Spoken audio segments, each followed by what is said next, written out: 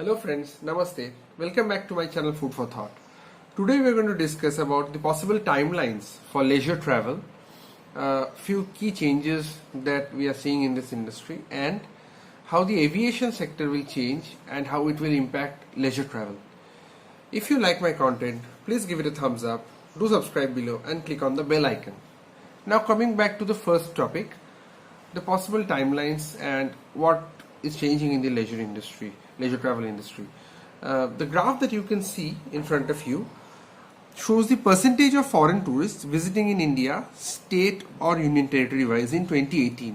Now why have we taken 2018? Because 2019 had elections and 2020 has COVID, so the data might be skewed for these years.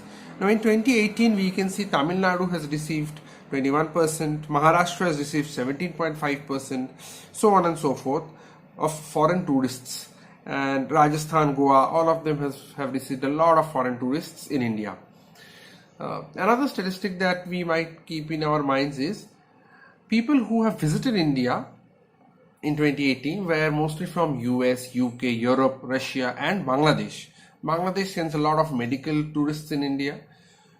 And the total number of people who have visited India as tourists in 2018 from overseas was 11 million. Keeping this in mind, we go to a news from the Oberoi Group.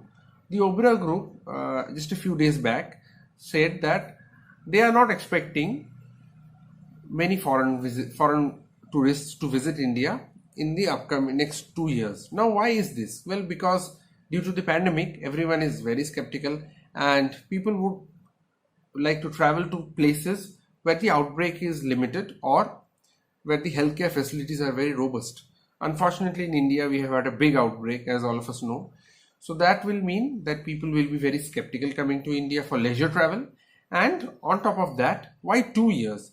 Well, most probably the vaccine will come up in the next 4 to 5 months, hoping for the best. And after that, another 4 to 5 months or maybe 6-7 months for everyone to get vaccinated.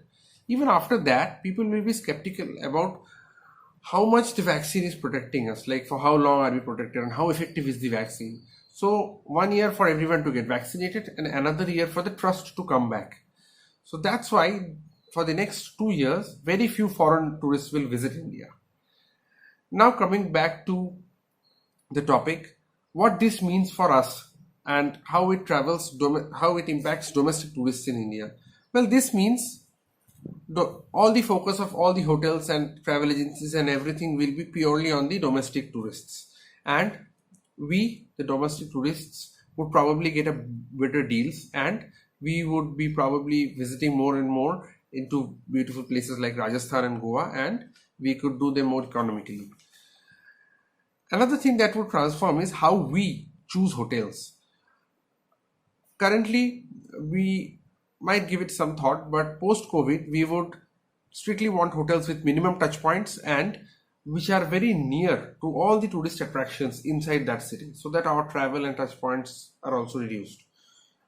Coming to the timelines, well, as I said, maybe a year or so to get the vaccines and everyone gets vaccinated. So from that till the time the foreign tourists return, that 1 year, all of the focus will be on domestic tourists and we would get better deals. So that year, a year from now and till 2 years, that would be very good for domestic travel. Now coming to the second point, a few key transformations in the aviation sector and how it affects us.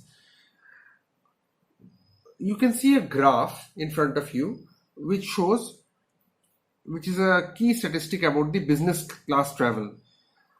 From the graph, you can see that due to the 2009 financial crisis, the amount of business travel, which happened in 2007, was again reached in 2014. Now, post-COVID, we all know that work from home will be the new norm, and it's very unlikely that business travel will pick up much. Now, why is this important?